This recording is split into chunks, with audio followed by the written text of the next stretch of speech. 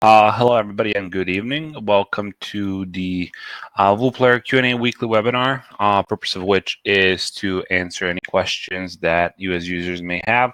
Also to provide training on any advanced use cases or explain advanced features in VooPlayer and how you can fit them into your video use cases for your business. Also to showcase new stuff that we've been working on, as well as to collect, organize, and prioritize any ideas, constructive criticism, suggestions for improvements, and so on. My name is Peter, and just give me 1 second. I forgot to check if the audio is okay.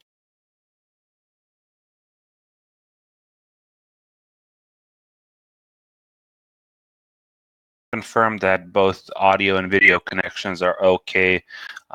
Can you just say so in the chat box? All right, but both good. All right, thanks. So we can proceed. Is pretty straightforward. At any time that you have a question, just feel free to drop it in the chat box and we'll just answer them in the order that they come in. If you are unable to attend any of these webinars, the weekly replays are available both on our YouTube channel, which is youtube.com/c/VooPlayer, as well as on our Facebook group, facebook.com/group /VooPlayer. So if you haven't subscribed or joined to those, I do recommend you do so and participate in some active discussions and stay up to date with the latest on what's going on in VooPlayer. Additionally, if you have, as I mentioned in the introduction, any suggestions or ideas for improvements of VooPlayer but are not able to contribute those during the webinar, you can always do so through the application by clicking over here on that little support icon and click on Submit on Vote on Ideas, where you can see all of the stuff that we are planning to do, as well as stuff that we're considering doing and are kind of querying the user base on their opinions and priorities for, as well as the stuff that we have recently launched. As I mentioned, the ability to submit new ideas directly from this board. So this is a great resource, both to contribute to, as well as to revise on, just to stay up to date with all of the latest in VooPlayer. All right, cool. I think I got all of the admin stuff out of the way. No major updates this week with regards to sort of the progress. We'll remain, as I've talked about throughout the last couple of webinars, focused on two things. One is really the complete rework of funnels and the builder and the UI and the UX behind the funnels themselves, as well as the structure for them, allowing them to be adapted to some advanced use cases which current funnels haven't been able to, or have been completing with significant difficulty, so making a lot of the experiences and capabilities of funnels better. Additional to that is also rework of, as I mentioned, both the UI on the building those funnels, as well as the templates for the answers and questions. So that's a big rework. We've started that last week and are still in the phases of kind of defining what the structure of the data that needs to store all of that is going to be like. So no visual things that we can go over just yet, but as I mentioned, as soon as we have some visuals, we'll be discussing them over here on the webinar call. Also, we continue to collect feedback, as well as to put out new versions for the Chrome extension that allows you to manage your videos, as well as to record your screen and import it into VooPlayer, and thus generate videos completely from generate VooPlayer videos completely from your browser. So that's something that has proved to be very useful to the small amount of people who have tried it. We haven't been able to promote it to a large groups of people, primarily because we haven't still released it to the official Chrome Web Store as a Chrome extension. It's still in the development beta phase, where we are trying to troubleshoot a lot of hardware related issues, and that's proving to be the most difficult point of recognizing particular microphones, or addressing issues with the resolutions of web cameras and sort of the minimum requirements of those, etc. So a lot of technical issues are still to be ironed out, but we're getting there slowly but sure, making progress. So in the near future, we foresee this being an official release to the Chrome Web Store. So that's let me just run through my head if we have any other major things in the pipeline. We don't. Bunch of small stuff, but I don't want to trouble everybody with things that you might not particularly be interested in. So let's see if we can just get to questions and start answering them in the order that they come in. And if something relevant comes up, I'll also talk about those small recent improvements. So the floor is open to anybody who wishes to discuss any questions or any use cases of VOOP Player. If we have anybody new on the webinar call who hasn't been attending, I want to welcome you to the QA session and just let you know that here we usually discuss everything from ideas that last webinar call, when we were discussing the what are they called, Wistia channels, I found extremely profoundly impactful on the collaboration that the community can contribute through a conversation like this. So that's something that we've really liked. On the note of Wistia Commons, I completely forgot to mention that we've discussed that internally, and we definitely think it's a huge enhancement that can be made to VOOP Player playlists. We still don't see them as, we wouldn't necessarily brand them as channels, since they're just really an extended, better UI for a playlist. So we're definitely considering, once we kind of wrap up the rework of funnels, reworking the playlists so that they look like Wistia quote-unquote channels. We're really amazed with what they've did, so we want to kind of copy some of that progress over to us. All right, let's see what we have. Will is saying this visual build out would be a plus if you guys do implement the Wistia channels concept. What do you think? I just talked about that. Lewis is saying in Custom Splash, it states you can only create thumbs for uploaded videos, but surely you can by just uploading either image or GIF. And there we have a link to a screenshot. Yes, you can, Lewis. So let me finally, I want to see if I have a video which is not uploaded. I think all of my videos are uploaded. So I'm going to just grab one out of YouTube just so I can get to the same screen that you are on. So if I create a new video, which is not uploaded, but rather linked to from YouTube, so I'll just name it whatever, it doesn't necessarily matter. So when I come over here to the appearance and style options, and I want to create a custom thumbnail for it, want to see how you got to that. Even for this one, all right, so I can create a new one for this one. And Lewis's question was, you can surely just upload either an image or a GIF, and absolutely you can. So this perhaps is not the best labeling for this. This is not necessarily create a new thumbnail. This is more a generate new thumbnail option. With regards to, with this, you can select a point from the video. So for example, give me second 10, and from that generate a new thumbnail. But you always have the option to upload your own images, or even provide a direct URL to them, or use some of the images previously on your account. So for all videos, regardless of their source, you have the ability to upload.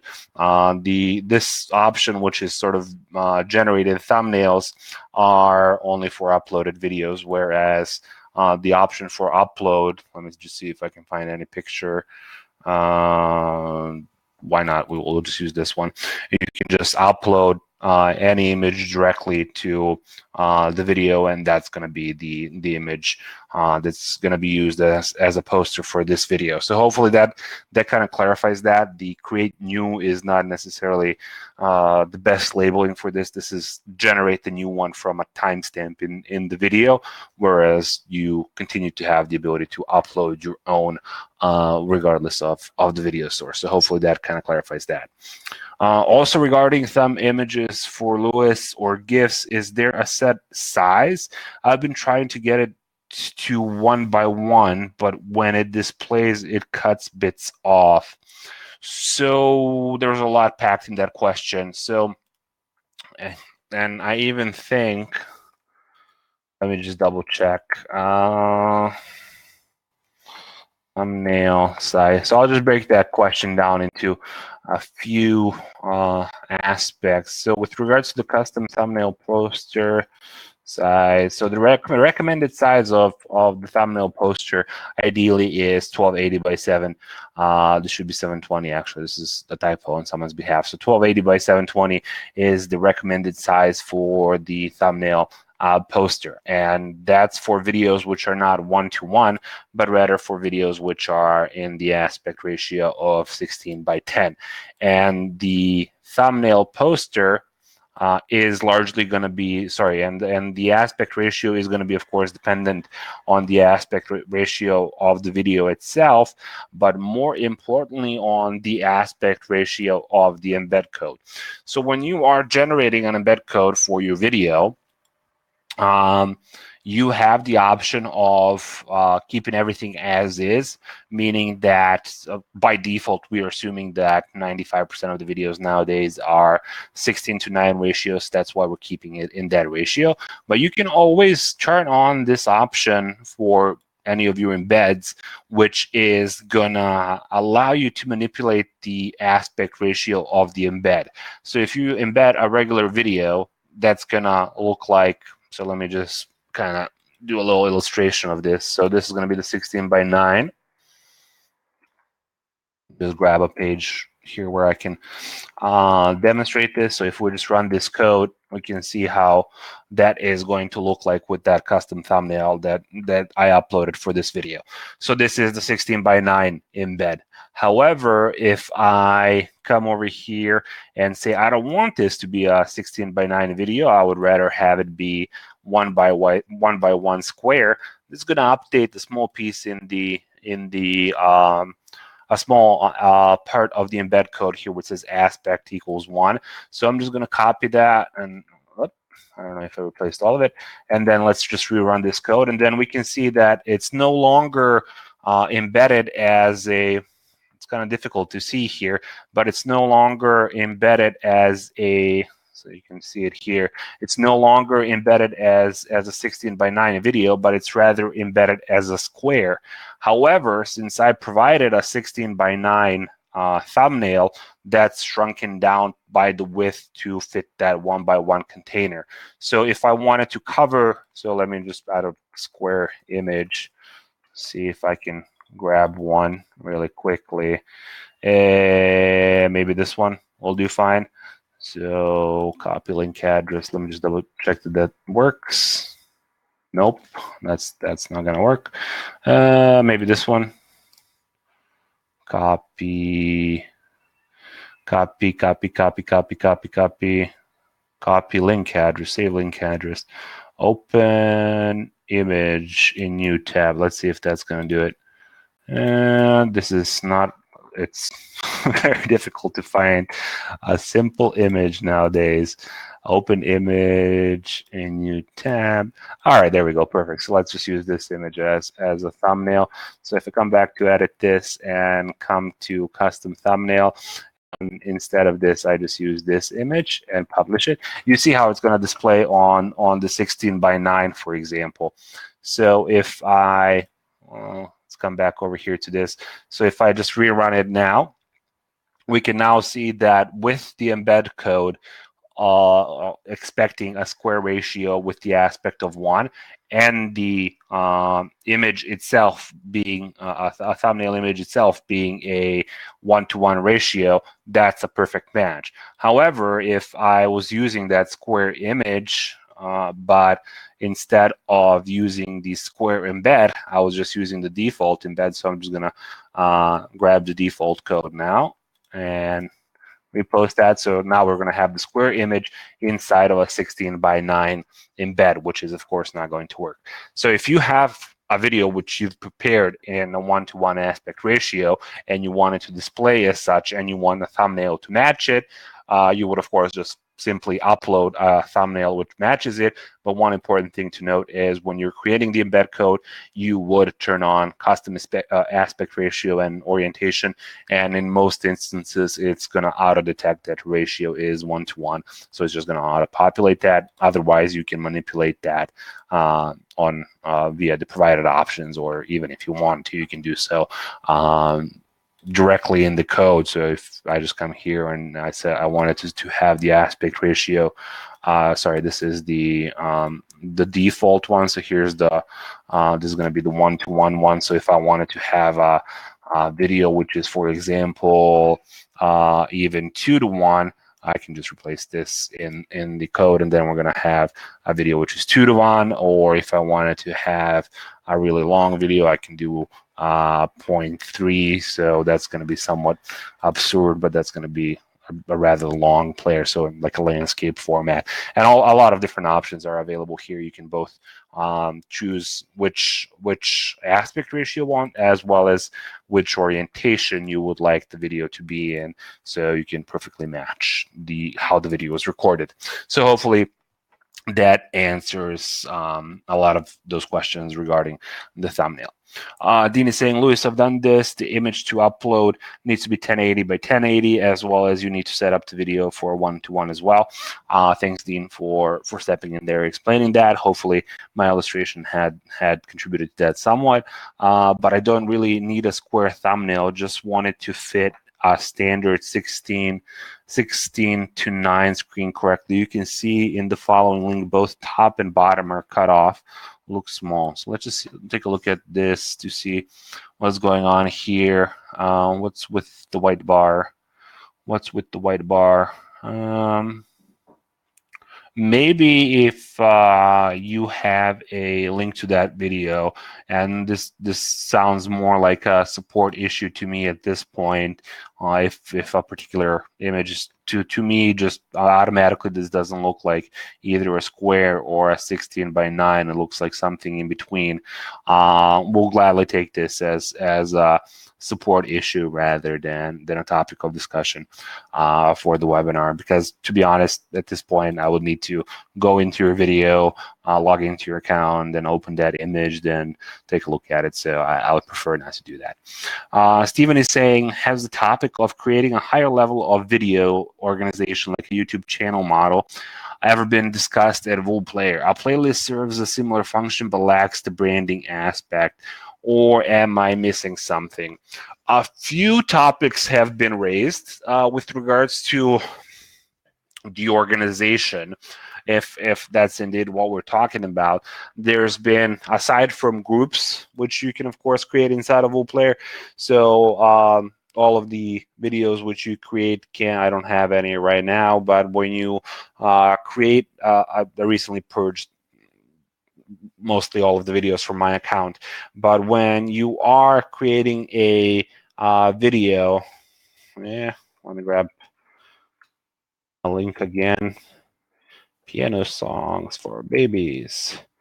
And when you're creating a video, you can add it to a group, and I have some groups, demos, productions, and so on, which make it easier to find and manage your videos later on, because inside of the application you not only have the sort of the default list view. I don't know if it's currently open to me. Yeah, here's the group view, which you also have inside of the dashboard, but currently I don't have any videos group, so you can examine your videos as such.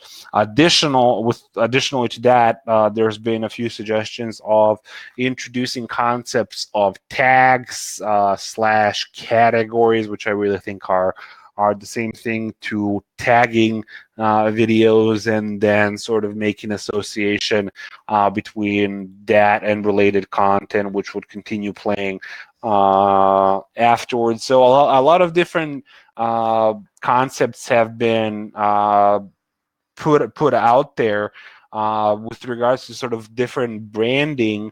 There's a lot of different ways and you can achieve a lot of different things in VoolPlayer, but there's a way in which you can, for example, create a branding template A video and a branding template B video. So one is going to be, for example, branded for McDonald's, and the other one is going to be branded for Burger King. And then as you're uploading videos for Burger King, then you can say, give me the settings for Burger King, and that's going to give you the Burger King logo and a blue color, whereas the McDonald's one's going to give you the golden arches and the red color as branding themes across your video. It really kind of depends on what you want to achieve. So any other explanations on that might be productive. Lewis is saying sub-account branding logo sizes for control panel. Sub-account branding logo sizes for control panel. And in the sub-account, you mentioned this before, I think, but that was some weeks ago and I lost that info. Sub-account branding logo sizes. Oh, I got you now. So we're talking about the custom site, my site and client's appearance. Best bet, because the image which you're going to be uploaded at, sort of the smallest constraint for this is what we see over here in the left-hand corner, over here on the left-hand corner. So it's ideal to use some sort of an icon if you can, as that should be applied both here and then as favicon in the toolbar of the browser, as well as the logo on the pages and so on and so on. So we do kind of recommend any sort of square dimensions. If you can put together a logo which is as approximate to the square as it could be, that would be our recommendation for that. Stephen is saying, I'm using groups already. Seems like a filter more than an organizational tool, but thanks for the ideas. You're welcome. But if I misunderstood what you wanted to achieve, would really appreciate maybe a more elaborative explanation of what kind of organizational capacities you were looking to achieve, and then maybe we can come up with a different solution. And maybe if we're missing something that could be done a little bit more, a little easier, we would definitely like to examine that. Also, while on this topic now, I remember a good thing that could also be mentioned. So regardless of templates, which you can use for branding as well as the groups, you also have the capacity, if you create sort of a general, I don't know, for instance, let me just change this a little. Maybe I actually do have some prepared. So here I have some saved themes. So if I want to look at different branding capabilities for different video types that I have, you can, when you're creating them, you can quickly save the current theme, and then you can reutilize it later on in your videos. So hopefully that also is useful in the concept of different branding. Lewis is saying, I have been on support for the past several hours and getting nowhere fast, sadly. All I'm trying to do is customize my account with logo, branding, etc., but getting stuck with DNS and CNAME as my web host will not accept app.voolplayer.com. I'll take a look at your support issue in our support channel.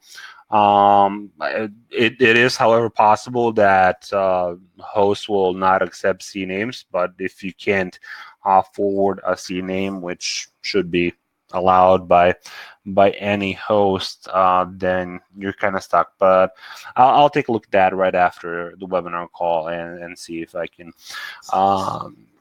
shine some light on that issue. All right, cool. Do you have any other questions today? Maybe give it a minute or two to see if anybody else has any more questions. Just close all of this out. If not, I want to thank everybody for joining this week and helping us improve WooPlayer further. Hopefully, we'll see you next week, and I wish you a great remainder of this week. Bye.